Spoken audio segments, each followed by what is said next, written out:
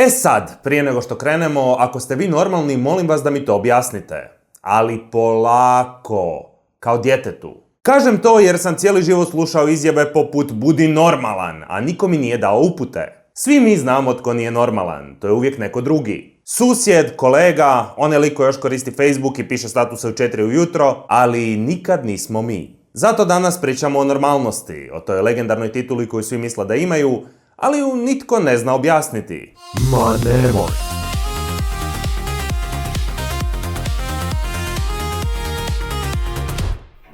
Što uopće znači normalno? Ajmo prvo to definirati. Normalno je ići na posao koji baš ne ljubiš, čekati petak, piti kavu da preživiš dan, govoriti bit će bolje već 10-20 godina i tako dalje. To je po svemu sudeći zdrava i normalna osoba. Ajmo na konkretne primjere. Ako kažeš da ne voliš kavu, čudan si. Ako kažeš da voliš svoj posao, lažeš. Ako kažeš da ti je dobro, sereš. Ja evo osobno znam da sam normalan jer napišem haha i razmišljam jesam trebao staviti jedan ha manje ili više ili emoji. Pijem kavu da se smirim, pa još 2. Stojim ispred frižidera i otvaram ga 5 puta kao da će se nešto stvoriti unutra. Govorim evo sutra krećem već 5 godina i svaki put zapalim cigaretu i kažem u ponedjeljak ću. I tak. Prije je normalno bilo jednostavno. Imaš kuću, djecu, posao i šutiš. Danas imaš 30 aplikacija za produktivnost od koje nijedna ne radi. Barem meni. Nemaš vremena ni za što, ali imaš vremena za sve gluposti. Žališ se da nemaš fokus, a provjeravaš mobitel svake 2 minute. Stalno si u gužvi, a ne znaš od čega. Svi te stalno neki kurac traže, svima kažeš ajde, pa psuješ u sebi i sutra opet isto. Da, skroz ok, tako danas izgleda imam sve posloženo. Naši roditelji kada su bili loše rekli su ma proći će. Mi kad smo loše, pitam se jesam li ja izbor ili posljedica.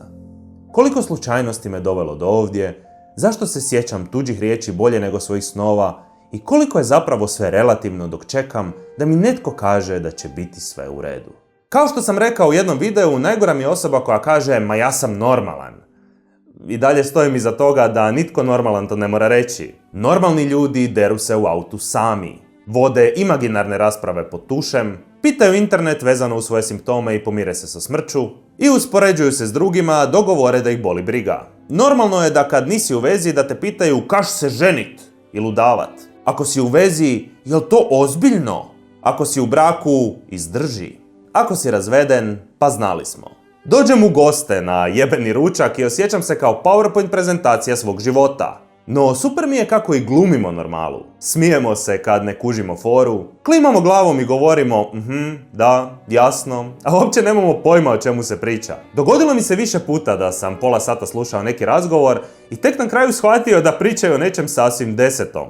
Ali nisam pitao, jer normalni ljudi se ne usude pitati. Poanta je da smo svi isti. Netko to skriva, neko to opravdava, a netko od toga snima video.